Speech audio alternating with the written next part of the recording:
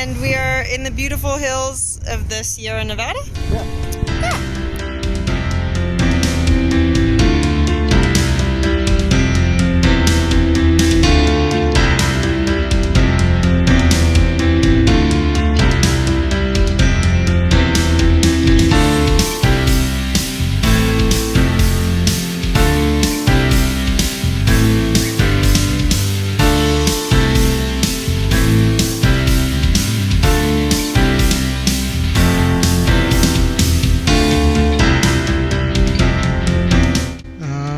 Eureka Dunes in Death Valley.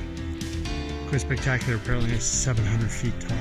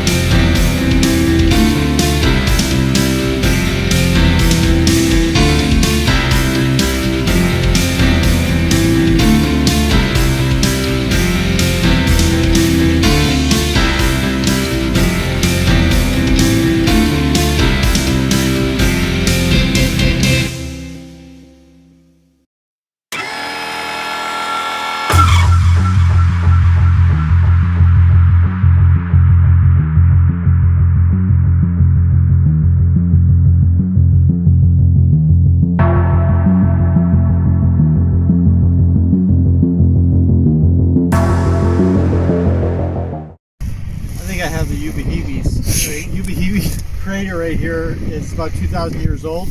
It's about 500 feet deep. It's one of many volcanic explosions that happen here in Death Valley. It's half a mile across. Pretty sweet. There's also a mini crater up there too.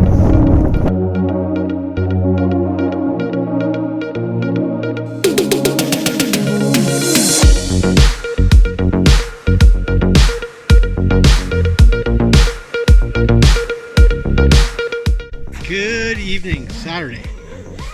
We've checked into the Sheraton Royale here in Death Valley, just down from the racetrack, and probably do a lap of the grandstands tomorrow and watch the heavy-duty competition as the stones blow up and down the playa. Anyway, out here in the middle of nowhere with nobody to be seen anywhere except for you know who. The star of the show. A couple of well-worked, very dusty motorcycles, and best room in the house. We're gonna build a table and start cooking dinner. And a hell of a day in Death Valley. Dinner time in the desert.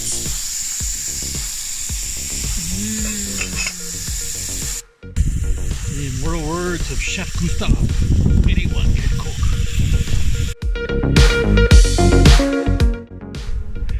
Good night from our first camp spot in Death Valley. We were intrigued. We had to come up and see what that was. It was a big water tank trailer. Apparently there's a mine up here. We're standing on top of a really cool concrete embankment. It's all built with a rock retaining wall. And it gives you a view all the way out. That is the racetrack that we're gonna check out again tomorrow morning. Watch some stones run around, maybe see what happens. But yeah, really neat, epic spot. I wish we had known. I would have gambled coming up here. It's pretty cool. But we have a whole bunch of people who joined us down in our campsite, so the Sheraton's nearly full.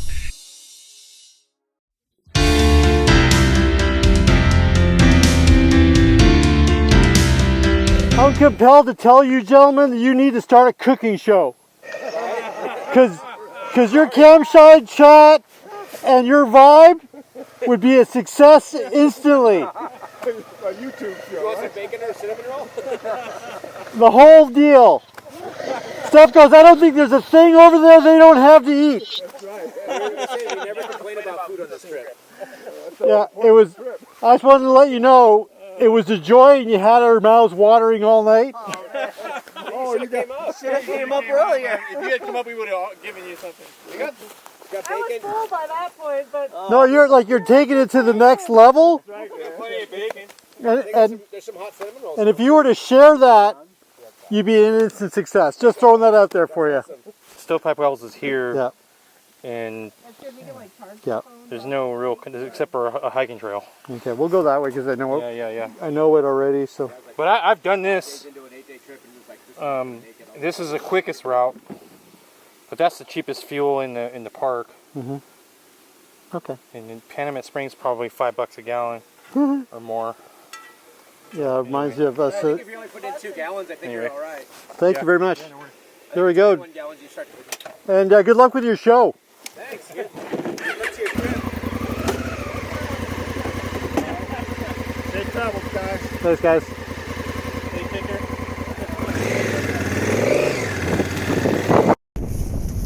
Good morning, guys.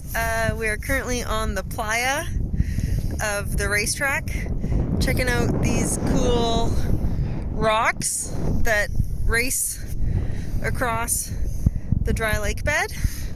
So apparently what happens is when it gets really cold, the ice forms when the lake bed is a little moisture. Captures the rocks, and then as it breaks up and the ice sheets become free, the wind will move them along, carrying whatever's in them, and that's what causes the rocks to slide across the land. And then it leaves little tracks where the rocks and ice went by.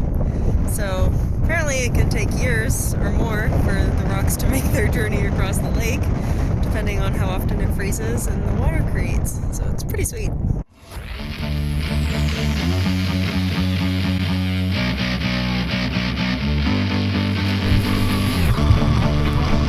we just left it on in there and came back this way.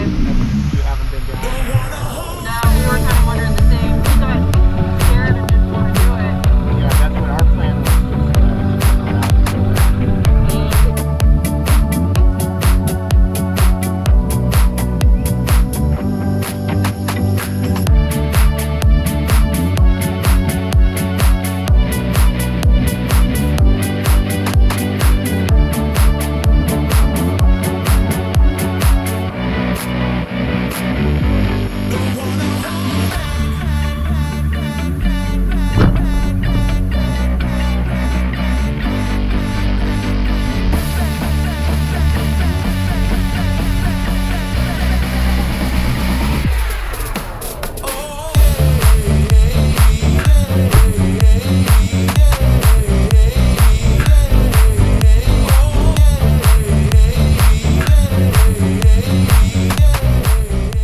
Bit windy, but here we are on the grandstands of the racetrack.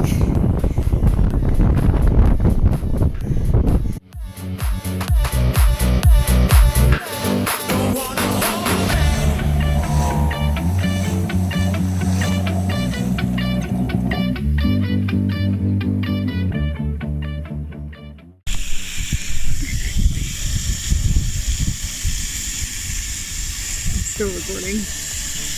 And no one can film. Breaking in the knobbies. Steph's almost out of knobbies, but mine are just getting broken in. Wiped out. Wow.